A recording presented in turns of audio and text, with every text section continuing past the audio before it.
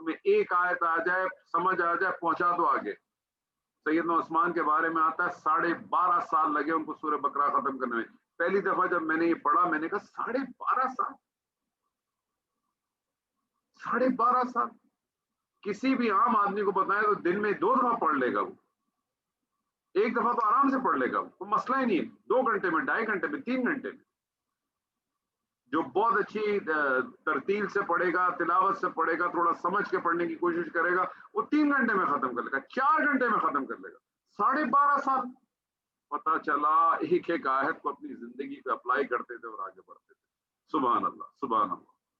اور ہم سمجھتے ہیں ہم پڑھے جائیں, آگے نکلے جائیں, پڑھے جائیں اور آگے نکل جائیں. پتہ ہی نہیں ہم کرتے کہ, اسی لیے پتہ ہی نہیں چلتا ہے. بار بار اللہ تعالیٰ کہتا ہے.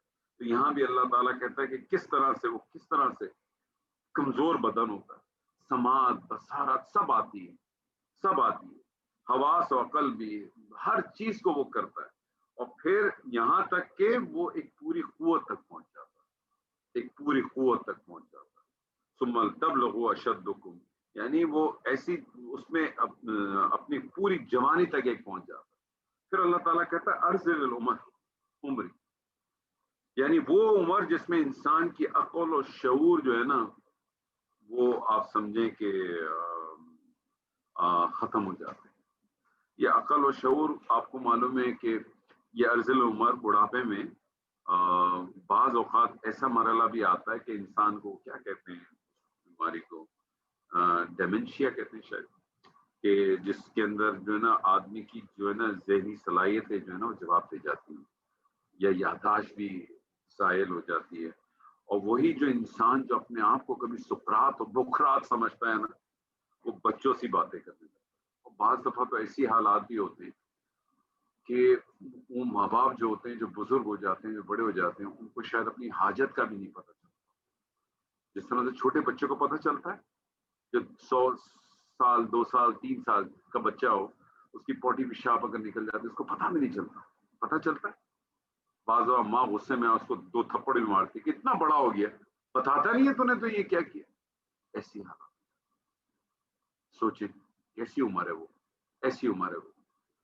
اور ہمارا کیا رویہ ہوتا ہے, کیا رویہ ہے ہمارا ان ہستیوں کے ساتھ جنہوں نے ہمیں اس مقام تک پہنچایا کہ آج میں بیٹھ کے آپ لوگوں کے ساتھ بات کرتا ہوں. اگر میرے ماں باپ مجھے ایسے ہی چھوڑ دیں جس طرح سے میں نے اپنے ماں باپ کو چھوڑا ہوا ہے, تو کیا میں آج آپ کے سامنے بیٹھ کے بات کر سکتا تھا؟ کیا میری اتنی حیثیت ہو سکتی تھی؟ آپ سوچیں, تھوڑا تصور تو کریں کہ کیا مقام ہے, اور ہم نے کیا مقام دیا ان کو, کیا مقام دیا؟ کوئی مقام نہیں. بلکہ نبی صلی اللہ علیہ وسلم سے تو ایک روایت ہے کہ آپ جو ہے وہ ایک دعا بھی مانگتے تھے, اللہم انی اعوذ بک من البخل واعوذ بک من الجبن واعوذ بک من اردل الی الارذل العمر واعوذ بک من فتنۃ الدنیا وعذاب القبر. یہ قرطبی کے اندر ہے, مجھے اس کا ریفرنس تو نہیں ملا, لیکن میں نے پڑھی تو میں نے آپ کے سامنے اس کو ذکر کیا. کہنے کا مقصد یہ ہے کہ اللہ تعالیٰ نے کتنی خوبصورت طریقے سے بتایا, اور بتانے کا مقصد کیا ہے کہ یہ جو ہے اللہ تعالیٰ یہ بتا رہا ہے. اور اسی طرح سے پھر آگے اللہ تعالیٰ نے زمین کے سبزے کے بارے میں بتایا کہ اس کو دیکھو, مٹی یا دوسری جن چیزوں سے ترکیب ہو کے پاک سبزہ بنتا ہے, جس طرح سے بنتا ہے, وہ سب کا سب تعالیٰ ان کی خصوصیات سے خالی ہوتا ہے. آم کی گٹلی کو دیکھیں نا, جیسے ڈاکٹر صاحب ایک مثال دیتے ہیں, میں ہمیشہ ایک مثال دیتا ہوں جب بھی نباتات کی بات آتی ہے, کہ پوٹینشلی پورا آم اس گٹلی میں موجود ہے. پوٹینشلی پورا آم جو ہے, پورا آم کا درخت جو ہے اس گٹلی میں موجود ہے. اس گٹلی کو آپ ڈالتے ہیں, پھر اس کو اندر اس میں پانی ڈالتے ہیں, اس کی دیکھ بھال کرتے ہیں, پھر پودا بنتا ہے, پودے سے درخت بنتا ہے, پھر اس میں پھل اس کے دانے نکلتے ہیں, پھر اس میں سے پھل نکلتا ہے, پھر وہ آم بنتا ہے, پکتا ہے, پھر ہم کھاتے ہیں بڑے مزے سے.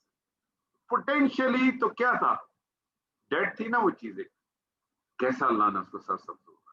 تو اللہ کے لیے تو یہ ساری وہ چیزیں جو ہر دن ہمارے آنکھوں کے سامنے ہوتی ہیں, لیکن اس کے باوجود بھی ہمارے اندر یقین نہیں ہے. اور وہ ڈاکٹر صاحب کہتے ہیں ہمیشہ ایک بات کہ آج کا جو مسلمان ہے وہ اس کے پاس عقیدہ ہے، اس کے پاس ایمان نہیں ہے، اس کے پاس یقین نہیں. یقین، ایمان، ایمان گھٹتا ہے بڑھتا ہے، یقین کامل ہوتا ہے، یقین کامل ہوتا ہے، ایمان گھٹتا ہے بڑھتا ہے، عقیدہ تبدیل ہوتا ہے. آج یہ عقیدہ کل یہ عقیدہ، آج یہ عقیدہ کل یہ عقیدہ. بہت بڑا فرق ہے. ہمیں جیسے میں نے پچھلی دفعہ بھی بار بار ایک بات کہی تھی، ہم ہر انسان کو، ہم جتنے بھی لوگ ہیں، ہم سب کو ری وزٹ کرنے کی ضرورت ہے. اپنے آپ کو ری وزٹ کرنا چاہیے. ہم دیکھیں ہم سے کہاں کہاں کس کس جگہ پہ کیا کیا غلطیاں ہو رہی ہیں، وہ کون کون سی ایلیمنٹس ہیں جن کو ہم ٹوٹل اگنور کرتے چلے جا رہے ہیں. ہم نے اپنے آپ کو کس لیول پہ لا کے رکھی ہے. یہ جو سورت کی جو شروع کی جو چند آیات ہیں، کہ میں نے آپ کو اس سے پہلے بھی کہا تھا کہ جب میں نے اس کو یاد کرنا شروع کی تھی تو میں تو پہلی چند آیات کو پڑھتا تھا تو میں جو ہے نا سہم جاتا تھا. اور یہ انسانی زندگی کے سارے مراحل جتنے بھی اللہ تعالیٰ نے بتائے، یہ حیوانات کے ہوں، نباتات کے ہوں، زمین کی زندگی، اس بات کی دلیل ہے کہ اللہ وحدہ پر حق جو ہے نا برحق معبود. سب سے جو اصل بنیادی چیز ہے وہ یہی، یعنی اللہ کو تسلیم کریں ہم کہ معبود جو ہے وہ میرا صرف اور صرف اللہ ہے. یعنی اللہ کو کامل طریقے سے مانیں کہ اللہ کی ربوبیت سے اور اس کی الوہیت سے. جس دن ہم نے یہ کام کر لیا، جس دن ہم نے، میں آپ کو سچ بتا رہا ہوں، جس دن ہم لوگوں نے یہ سب نے یا جس نے بھی اللہ کو اللہ کی الوہیت سے تسلیم کرنا شروع، ربوبیت سے تو ہم سب کرتے ہیں. ارے اللہ کی ربوبیت سے تو انکار مشرکین مکہ نے بھی کبھی نہیں کیا. اللہ کی ربوبیت سے انکار تو ایک مخصوص طبقے کو اگر آپ چھوڑ دیں جو اللہ کو مانتا ہی نہیں ہے، اللہ کی ربوبیت سے انکار کوئی بھی نہیں کرتا. ہندو بھی شاید نہیں کرتا، کوئی بھی نہیں کرتا اللہ کی ربوبیت سے انکار. اللہ کی ربوبیت کو تو کہیں نہ کہیں کسی نہ کسی طریقے سے ایکسپٹ کرتے ہی کرتے ہیں. پالنے والا کون ہے، بارش برسانے والا کون ہے، کھیتوں میں سے اناج نکالنے والا کون ہے، مارنے والا کون ہے، ان سب کو تو ہر آدمی ایکسپٹ کرتا ہے.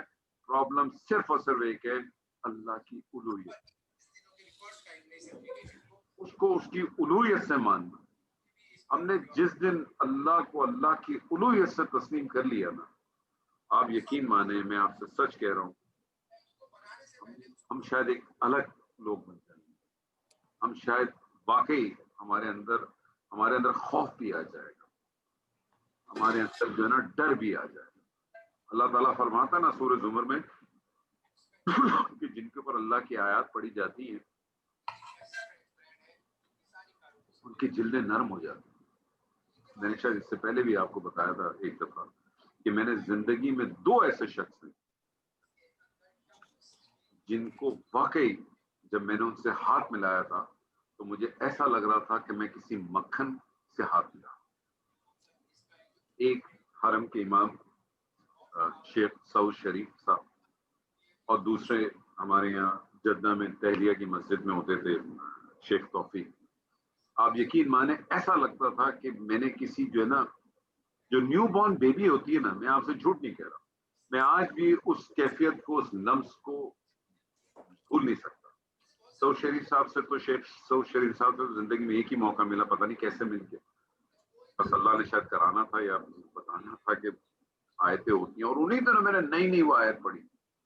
میں یہ سوچتا تھا، کبھی کبھار اپنے آپ بھی دیکھتا ہوں اتنے سخت ہاتھ ہیں، پتہ نہیں کیسے نرم ہوتے ہوں گے دل. اور شیخ توفیق صاحب کے تو ساتھ بہت دفعہ اتفاق رہا تھا، لیکن ہر دفعہ شیخ توفیق صاحب کے ساتھ تو بہت دفعہ انہوں نے میرا اتفاق رہا. ہر دفعہ مجھے ایسا لگتا تھا نیو بورن بیبی بھی شاید اتنی سافٹ نہ ہو. ایسی چیز.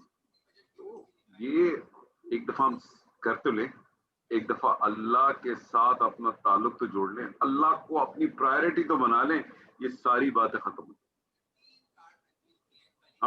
ہمیں دین بھی سمجھ میں آ جائے گا، ہمیں قرآن بھی سمجھ میں آ جائے گا. میں تو سوچتا ہوں وہ ایک صحابی آئے نبی صلی اللہ علیہ وسلم کے پاس، کیا فرمایا کہ مجھے کیا کرنا ہے. آپ نے کیا فرمایا؟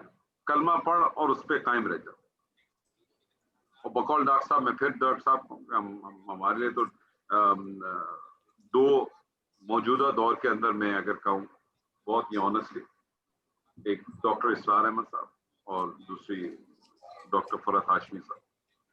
ڈاکٹر فرحت ہاشمی صاحبہ کو میں اس حوالے سے میں پسند کرتا ہوں، یہ سنتا ہوں کہ وہ گرامیٹیکلی اور اس کی انالیسس بیس کے اوپر گرامیٹیکلی یا لنگوسٹکلی بہت اچھی طرح سے ایکسپلین کرتی ہیں، اور وہ ان کا اچھا ڈومین بھی ہے.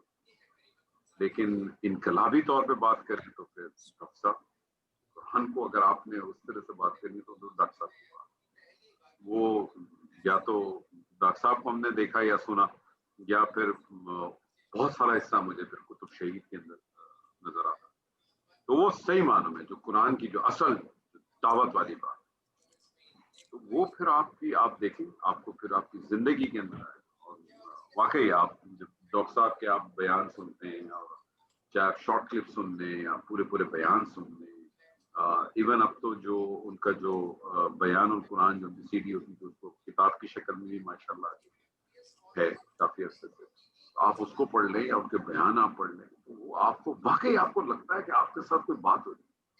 لیکن آپ جب فرحت ہاشمی صاحبہ کو اگر آپ سنتے ہیں تو وہ آپ کو لنگوسٹک بہت زیادہ کریں. اور اگر آج کے دور میں ماڈرنائز لیول میں اگر آپ کہنے آپ اس کو، تو وہ پھر بہت سارا حصہ مجھے جو زیادہ مطلب ایک تو نعمان علی خان کے اندر بھی بہت نظر آتا ہے ماشاء اللہ، وہ تو لگتے ہیں 2-3 لوگوں کے مکسنگ ہے، وہ گرامیٹیکلی بھی بہت زیادہ لے کے چلتے ہیں چیزوں کو، اور پھر ان کی ریسرچ بھی انہوں نے بہت اچھی کی. لیکن ان سے زیادہ مجھے ان سے بھی زیادہ مجھے جو میرے اندر ٹوٹتے وہ عمر سلیمان ہے. پتہ نہیں آپ لوگوں نے ان کو سنا ہے کہ نہیں سنا. قرآن کی نالج تو ان کی ہے ہی بہت اچھی، لیکن ان کا سیرت پہ اور احادیث کے اندر بہت زبردست. تو یہ چیزیں آپ ان کو سنا کریں، آپ ان کو کوشش کیا کریں، زیادہ نہ سنیں، تھوڑا سن لیں. کوئی ضروری نہیں ہے کہ آپ کہیں کہ آج میں پورا ایک سیشن لگا دوں، نہیں، تھوڑا سنیں، اور واقعی آپ کو محسوس ہوگا اور آپ کے دلوں کو کھولے گا وہ انشاءاللہ. اور سننے کے بعد خالی آپ سنیں نہیں. میرا تو اپنا طریقہ کار ایسا ہے کہ میں سب کو سنتا ہوں، میں کسی کو نہیں چھوڑتا. میں جو بھی مجھے مل جائے، میں تو انجینئر محمد علی کو بھی سنتا ہوں، میں تو مولانا اسحاق صاحب کو بھی سنتا ہوں، ڈاکٹر صاحب کو بھی سنتا ہوں، جو یوٹیوب پہ جتنے ملتے ہیں، چاہے وہ انگلش والے ہوں، اردو والے ہوں، ان کو بھی سنتا ہوں. مجھے تو کسی ایک صاحب نے کسی عربیوں کا بھی کہا تھا، میں ان کو بھی کوشش کرتا ہوں. تو میں ویسے نہیں سمجھتا، لیکن میں بعض ان کی آیات کو پک کر لیتا ہوں کہ وہ کس جگہ بول رہے ہیں، تو تھوڑا سا لگتا ہے آیات نوٹ ڈاؤن کر کے میں پھر ان آیات کو دیکھ لیتا ہوں کچھ کرتا ہوں. لیکن اس کے بعد میں دوسرا کام یہ کرتا ہوں کہ میں تفاسیر میں بھی جاتا ہوں، اور ان ساری چیزوں کو کرنے کے بعد اپنے اندر اس کو ٹھوکنے کی کوشش کرتا ہوں اور دیکھتا ہوں کہ میرا دل کس پہ گواہی دے. ضروری نہیں کہ مجھے ہر بار ڈاکٹر صاحب کی اچھی لگتا ہے، یا مجھے ضروری نہیں کہ مجھے ہر بات جو ہے فرحت ہاشمی کی اچھی لگتا ہے، یا مجھے ہر بات جو ہے وہ امین اصلاحی صاحب کی اچھی لگتی ہے. پھر اگر کتابی شکل میں دیکھیں تو امین اصلاحی صاحب، میں آپ سے صرف یہ باتیں اس لیے شیئر کر رہا ہوں کہ میرا اپنا ایکسپیرینس ہے، اور میں چاہتا ہوں کہ اس ایکسپیرینس کو آپ کے ساتھ بھی شیئر کروں. کیونکہ پھر جب آپ کتابی شکل کی بات کرتے ہیں تو آپ جتنی بھی تفاسیر دوسری پڑھ لیں، آپ کو اس تفاسیر کے اندر آپ دیکھیں گے، آپ کو میجورٹی تفاسیر کے اندر جو ہے نا وہ تعویل خاص کے اندر زیادہ گفتگو. بہت سارے لوگوں کا جو ہے نا ایک مین فوکس جو ہے نا وہ آیت کی نزول کے حساب سے ہوتا، اس کی جو ہے نا کہ وہ وقت کیا تھا سب کچھ اسی کے اندر ہے. قرآن کو سمجھنے کے لیے نزول کا جاننا آپ کے لیے ضروری نہیں، یہ یاد رکھ لیجیے. آپ اپنے انٹرسٹ کے لیے، اپنی نالج کے لیے، اپنی ان چیزوں کے لیے بہت ضروری ہوگا، اس کے لیے بہت اچھا ہے. لیکن قرآن کا جو فائنل ورڈکٹ ہے وہ آپ نزول کو دیکھ لیں، احادیث کو دیکھ لیں، اس سے چینج نہیں ہو سکتا، اور وہی بنیاد. تو اس حوالے سے اگر میں دیکھوں تو امین اصلاحی صاحب کو آپ دیکھیں، انہوں نے کوشش یہی کی ہے کہ ان آیات کو حتی الامکان کوشش ہوئی کہ قرآن کی آیت کو کوشش کی، انہوں نے یہی کی ہے پہلی کہ قرآن کی آیت کو قرآن کی آیات سے ہی ایکسپلین کریں. ٹھیک ہے. اور اگر انہوں نے کسی جگہ پہ کوئی اگزامپل بھی نہیں ہے، ان کو سمجھانے کی بھی کوشش کی ہے، تو یا تو وہ زمانے جاہلیات کی جو عربی تھی، یا جس کو عربی تو نہ کہیں جو شاعری تھی، اس سے ریلیٹڈ کر کے سمجھایا ہے، یا انہوں نے بھی جو ہے نا گرامیٹکلی. تو آپ یہ دیکھیں گے آپ کو نعمان علی خان میں بھی اور ایون فرحت ہاشمی میں، کیونکہ فرحت ہاشمی کو دیکھ لیں یا ڈاکٹر اسرار احمد کو دیکھ لیں، بیسکلی یہ اسکول آف تھاٹ تو ایک ہی ہے نا مودودی صاحب کا. کیونکہ جو فرحت ہاشمی کے جو والد تھے وہ مودودی صاحبی کے زمانے میں انہی کے کسی جو ایریا تھا، پنجاب کا کوئی ایریا تھا، وہاں کے وہ پریزیڈنٹ وغیرہ بھی تھے کسی اس علاقے. تو تھاٹ تو وہی چل رہی آ رہی تھی نا. اور امین اصلاحی صاحب ان کا بھی سارا وہی تھاٹ پروسیس تو وہی تھا. تو اس حساب سے تو میں دیکھوں تو یہ جو چند ایک لوگ جو ہمارے نظر آتے ہیں، اور ایون آپ نعمان علی خان کو بھی اگر آپ دیکھیں تو نعمان علی خان کی بھی ابتدائی اگر آپ دیکھیں تو ان کی جو گرامر کے حوالے سے دیکھتے ہیں ڈاکٹر عبدالسمیع صاحب جنہوں نے پہلی ان کو جو گرامر کرا. اور اب ہم بڑے خوش نصیب ہیں، میں تو اس کو اپنا بڑا خوش نصیب کہتا ہوں کہ ہماری ان کے ساتھ ایک ریلیشن شپ بھی ہے اور ان سے کچھ تھوڑا بہت سیکھا بھی ہے اور کچھ ان کے دروس بھی ہم نے اٹینڈ کیے ہیں اور کچھ چیزیں بھی کی. تو بیسک روٹ تو ان کا بھی وہیں سے آتا ہے. اور ڈاکٹر عبدالسمیع صاحب کو بھی دیکھیں تو تعلق وہیں سے اپنا کیا کہتے ہیں ڈاکٹر صاحب سے، ڈاکٹر اسرار احمد صاحب سے چین وہی نظر آتی ہیں. تو اس حساب سے دیکھا جائے تو ہمارے مودودی صاحب کا بھی ایک بہت بڑا کام ہے، بہت بڑا اصول تھا. یہ صرف ساری باتیں آپ سے کرنے کی ہیں کہ ان چیزوں کو نوٹ کریں، ان چیزوں کو پڑھنے کی کوشش کریں اور اس نیت کے ساتھ کریں کہ اللہ تعالیٰ میرے دل کو کھول دے، میرے دل کی گرہ کو کھول دے. سر یہ سارا بڑے کئی لوگ یہاں میں پڑھتے ہیں، اس لیے آپ پارکنگ آرام سے کر لیتے ہیں.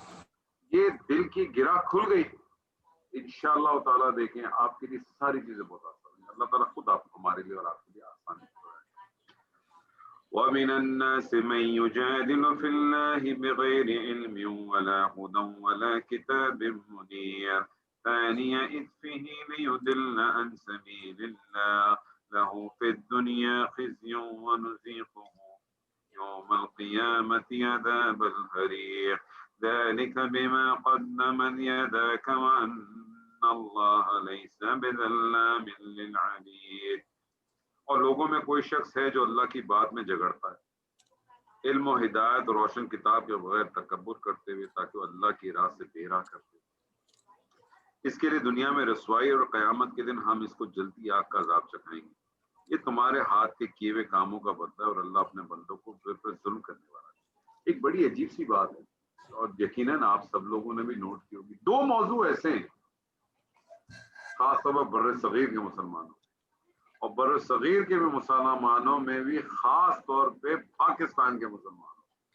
دو موضوع ایسے ہیں جس پہ ہر آدمی بحث کرنے کے لیے تیار ہے چاہے اس کو کچھ معلوم ہو یا نہ ہو.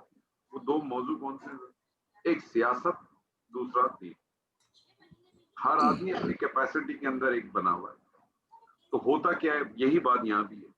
بغیر علم کے کوئی بات آپ ایک آیت بھی ہے، وہ آیت تو پوری آپ کے پاس ہو، اس کا مفہوم بھی ہو، اس کا معنی بھی ہو، اس کا آگے پیچھے ساری چیزیں آپ اس کو ریلیٹ تو کریں، اس کو سمجھنے کی کوشش تو کریں. کہاں کہاں اس آیت کے بارے میں کس حوالے سے کیا کیا گفتگو ہو سکتی ہے، کیا کیا ہوئی ہوگی، اس کو سوچے تو صحیح، پھر اس کے بعد بات کریں. تو عرب کے لوگ جو ہے لوگوں نے شرک کو سچائی سمجھ کر کے اختیار کیا تھا. جو عرب کے جو لوگ تھے اس زمانے پہ، اگر میں تعویل خاص پہ چلا جاؤں تو انہوں نے کیا کیا تھا، انہوں نے تو شرک کو ایک سچائی سمجھی تھی نا. جیسے آج ہمارے یہاں بھی معاملہ ہے، ہم بہت سارے شرک کا کام جو بدعت والے کام ہیں اس کو ایک سچائی سمجھ کے ہی کر رہے ہیں. کوئی شخص مجھے دنیا میں بتا دے مسلمان ہو وہ بدعت یا شرک جو کر رہا ہے وہ یہ سوچ کے کر رہا ہے کہ گناہ ہے، سوال ہی پیدا نہیں ہوتا.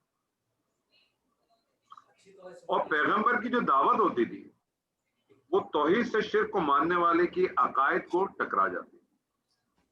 توحید کی بات آ رہی ہے، آپ نے کہا ایک الہ کیسے چلے گا، مجھے تو رزق کا الگ الہ چاہیے، بچہ پیدا کرنے کا الگ الہ چاہیے، مجھے سر میں درد کے لیے الگ الہ چاہیے، مجھے تو بہت سارے الہ چاہیے.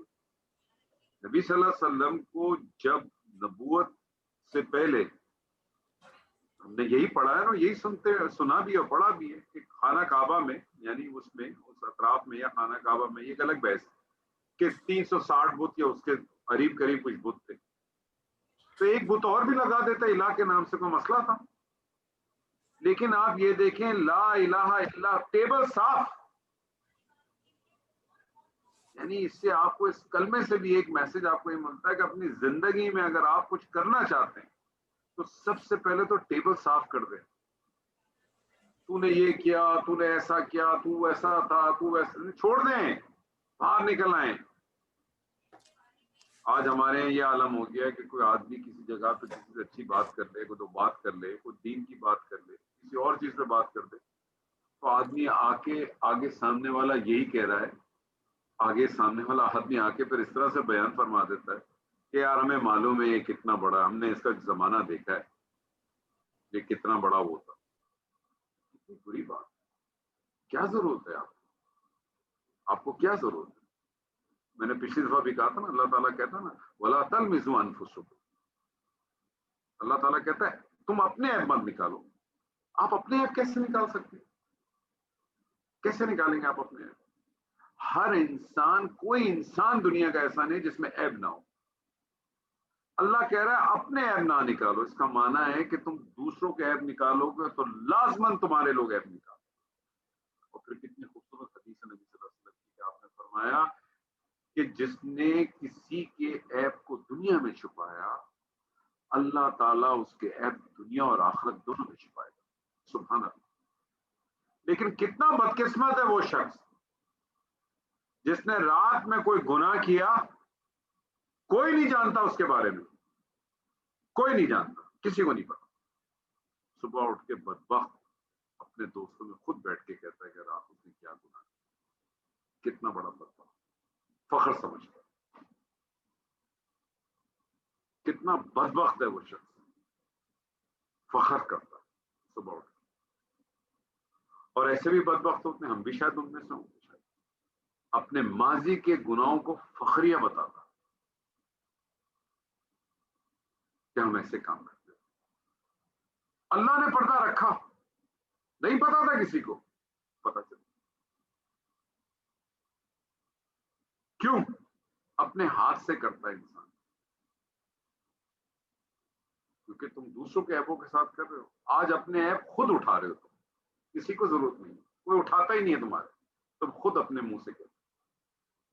تو سچائی یہ ایک اصل مسئلہ تھا. اور اس کے اندر بھی جو اصل مسئلہ تھا وہ کس کو تھا؟ جو ایک عام انسان ہوتا ہے نا، عام انسان، وہ اگر شرک کر رہا ہو، بدعتی کام کر رہا ہو، آپ اس کو دعوت دیں، اس کو تبلیغ کریں، اس کو سمجھائیں، اس کو دلائل دیں، شاید شاید شاید کبھی نہ کبھی کسی نہ کسی جگہ پہ وہ اپنے شرک والے کام کو یا بدعتی کام کو شاید چھوڑ دے گا کبھی نہ کبھی، کیونکہ اس کے لیے لوز کرنے کو کچھ نہیں ہے. لیکن چھوڑتا کون نہیں ہے؟ جس کے مفادات بہت مضبوط ہو، جس کے مفادات بہت مضبوط. تو وہاں بھی یہی معاملہ تھا مشرکین مکہ کا. ان کے جو سردار تھے ان کے مفادات، اور آج ہمارے یہاں بھی وہ سارے لوگ موجود ہیں جن کے کہیں نہ کہیں کسی نہ کسی جگہ مفادات موجود ہیں. تو ایسے لوگ کیا چاہتے ہیں؟ ہمیشہ وہ چاہتے ہیں ملاوٹی دین ملے آپ کو. دین ایک ہی ہے، یاد رکھیے گا. مذہب بہت سارے ہو سکتے ہیں، دین ایک. اور یہ وہی دین ہے نبی صلی اللہ تعالیٰ نے جس کو فرمایا کہ جو ہم نے نوح پہ بھی بھیجا، جو ابراہیم پہ بھی بھیجا، جو عیسیٰ پہ بھی بھیجا، جو موسیٰ پہ بھی بھیجا، اور جو آپ پہ بھی بھیجا. دین ایک ہی ہے. اور اس دین کا نام بھی اللہ نے خود ہی بتا دیا، اسلام. تو دین کا نام بھی اللہ تعالیٰ نے خود ہی بتا دیا. تو یہ ان لوگوں کے بارے میں بات ہو رہی ہے کہ جب ان کے سامنے حق کی دعوت دی جاتی ہے، حق کی دعوت دی جاتی ہے تو وہ کوشش یہی کرتے ہیں کہ وہ جو ہے نا لوگوں کو مشتبہ کریں. کیوں کر دیں؟ اور اپنی اسی رواج پر، اسی روایت کو برقرار رکھیں جس پہ وہ چلے آ رہے. اس کی دو وجوہات ہیں، میں نے آپ کو بتائی. ایک تو یا تو اتنی ہٹ درمی کہ اللہ جب کہتا ہے نا اللہ آنکھوں کے آگے پردے ڈال دیتا ہے، کان کے اندر جو ہے وہ ڈانٹ ڈال دیتا ہے، دلوں کو بند کر دیتا ہے، یا پھر ان کے اپنے مفادات، وہ مفادات کی قربانی دینے کے لیے تیار ہیں۔ حق کی مخالفت وہ صرف اس لیے کرتے ہیں کہ جس خود ساختہ دین کی بنیاد پر انہوں نے جو اپنی جھوٹی بڑائی قائم رکھی ہے، ٹھیک ہے نا، الہ کو جب اللہ کو ایک حاکم مان لیتے ہیں تو سرداروں کی سرداریاں، جاگیرداروں کی جاگیرداریاں، سیاست دانوں کی سیاستیں، جو آپ کے سو کال جو بھی دینی بہت بڑے اپنے بنتے ہیں، ان سب کی دکان تو ختم ہو جاتی، کیونکہ حکم تو صرف اللہ کا چلے گا یا اللہ کے رسول کا چلے گا۔ تو آپ کو جو اپنے اپنے حکم دینے ہیں اس کا کیا کرے گا؟ تو ان کی بھرپور کوشش ہوتی ہے وہ آپ کو اس میں کبھی بھی نہیں دیں۔ تو ان کو سچائی سے زیادہ اپنی ذات میں دلچسپی ہے، اپنا موازنہ خود کرنے۔ ہم سب کیا کرنا؟ ہم سب یہی کرنا۔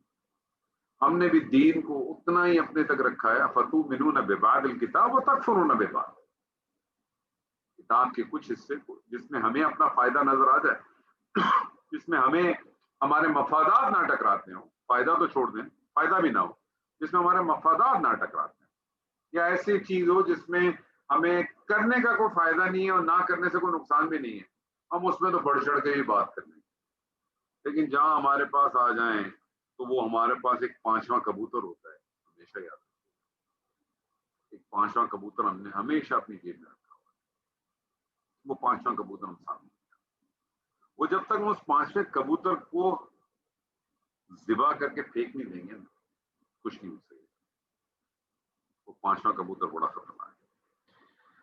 وَمِنَ النَّاسِ مَن يَعْبُدُ اللَّهَ عَلَى حَرْفٍ فَإِنْ أَصَابَهُ خَيْرٌ اطْمَأَنَّ بِهِ وَإِنْ أَصَابَتْهُ فِتْنَةٌ انقلب عَلَى وَجْهِهِ خَسِرَ الدُّنْيَا وَالْآخِرَةَ ذَلِكَ هُوَ الْخُسْرَانُ الْمُبِينُ۔ اور لوگوں میں کوئی ہے جو کنارے پہ رہ کر اللہ کی عبادت کرتا ہے، اس کو کوئی فائدہ پہنچا تو وہ اس عبادت پہ قائم ہو گیا، اور اگر کوئی آزمائش پیش آئے تو الٹا پھر گیا، پھر اس نے دنیا بھی کھو دی اور آخرت بھی، یہی کھلا خسارہ ہے۔ ایک وہ شخص ہے جو دین کو کامل صداقت کے طور پہ دریافت کرتا ہے، دین اس کے دل و دماغ پر پوری طرح چھا جاتا ہے، وہ کسی تحفظ کے بغیر اپنے آپ کو دین کے حوالے کرتا ہے، اس کی نظر میں ہر دوسری چیز جو ہے نا وہ ثانوی بن جاتی، یہی شخص اللہ کی نظر میں سچا۔ ہمارے ساتھ ڈرا بیک کیا ہوا؟ میں ایک نتیجے پہ تو پہنچا ہوں، مسلمان پیدا نہیں ہوتا، اور یہ ثابت ہے، مسلمان پیدا نہیں ہوتا، کیونکہ اگر مسلمان پیدا ہوتا تو پھر سیدنا نوح کے گھر پہ کنعان نہیں پیدا ہوتے، جنہوں نے کہا جب ان کے سیدنا نوح نے کہا آؤ بیٹھ جاؤ کشتی میں، انہوں نے کہا نہیں میں ٹیلے پہ چڑھ جاؤں گا، میں بچ جاؤں گا۔ اور نہ ہی جو ہے وہ سیدنا ابراہیم آزر کے گھر پہ پیدا ہو، ایسے ہی ہے نا، مسلمان پیدا نہیں ہوتا، مسلمان بنتا ہے۔ ہمارے ساتھ کیا ہو گیا کہ ہم بائی ڈیفالٹ مسلمان گھر میں پیدا ہو گئے،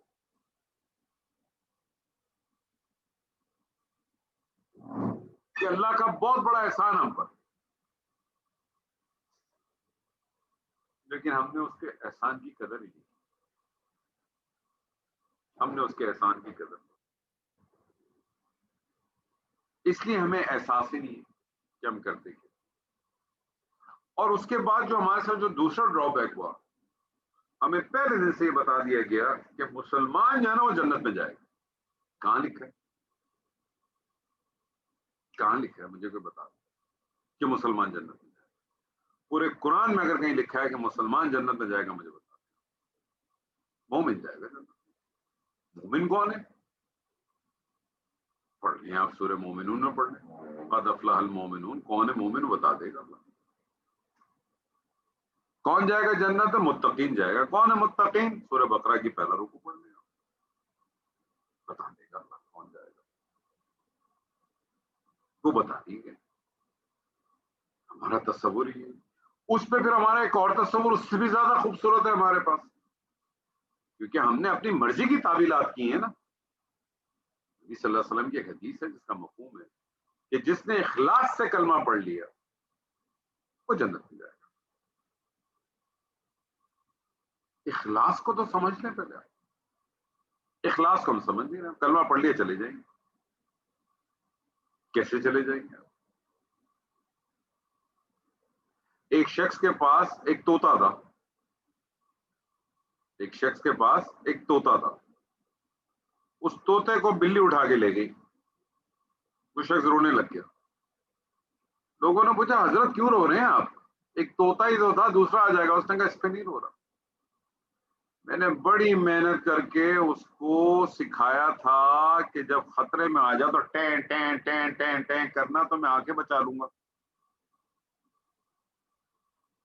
مجھے بچا بچاؤ کی بات کرنا.